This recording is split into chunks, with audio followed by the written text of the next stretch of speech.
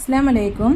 ഇന്ന് റമദാൻ 2ൻ്റെ വീഡിയോ ആണ് ഞാൻ എടുക്കുന്നത്. റമദാൻ 1ൻ്റെ വീഡിയോ എനിക്ക് ഫുൾ വീഡിയോ എടുക്കാൻ ടൈം കിട്ടിയിട്ടില്ല. ഫസ്റ്റായിട്ട് ഞാൻ ചെയ്യുന്നത് പത്തിരി ഉണ്ടാക്കുന്നതാണ്. ഒരു 2 ഗ്ലാസ് പൊടി വെച്ചിട്ടുള്ള പത്തിരിയാണ് ഉണ്ടാക്കുന്നത്. പത്തിരി വാട്ടാനും ഉണ്ടാക്കാനും അറിയാത്തവർ കമൻറ്റ് ചെയ്യണം. അപ്പോൾ അതിൻ്റെ ഫുൾ വീഡിയോ ആയിട്ട് ഞാൻ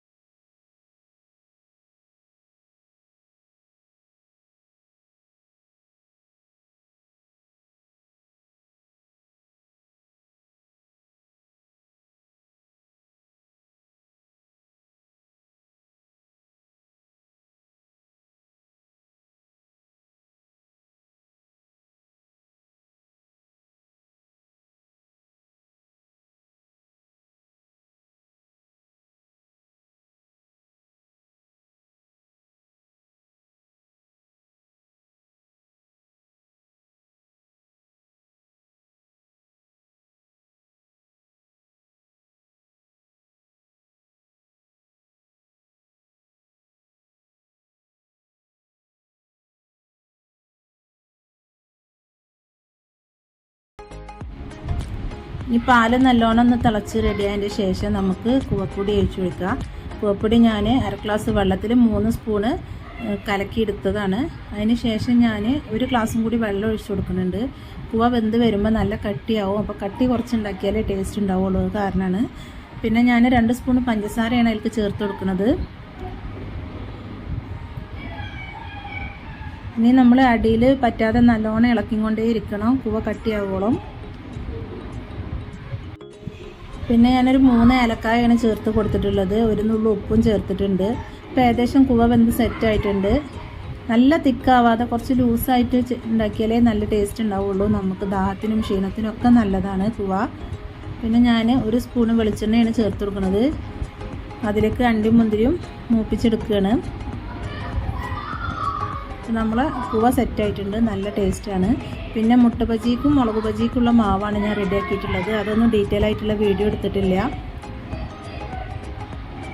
പിന്നെ ഞാൻ വാട്ടർമെലനും മുസമ്പി മുന്തിരി ഇതൊക്കെയാണ് ഫ്രൂട്ട്സ് ആയിട്ട് എടുത്തിട്ടുള്ളത്.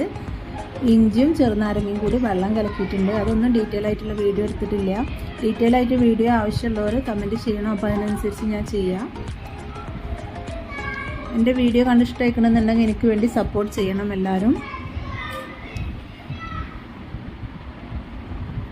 അസ്സലാമു അലൈക്കും.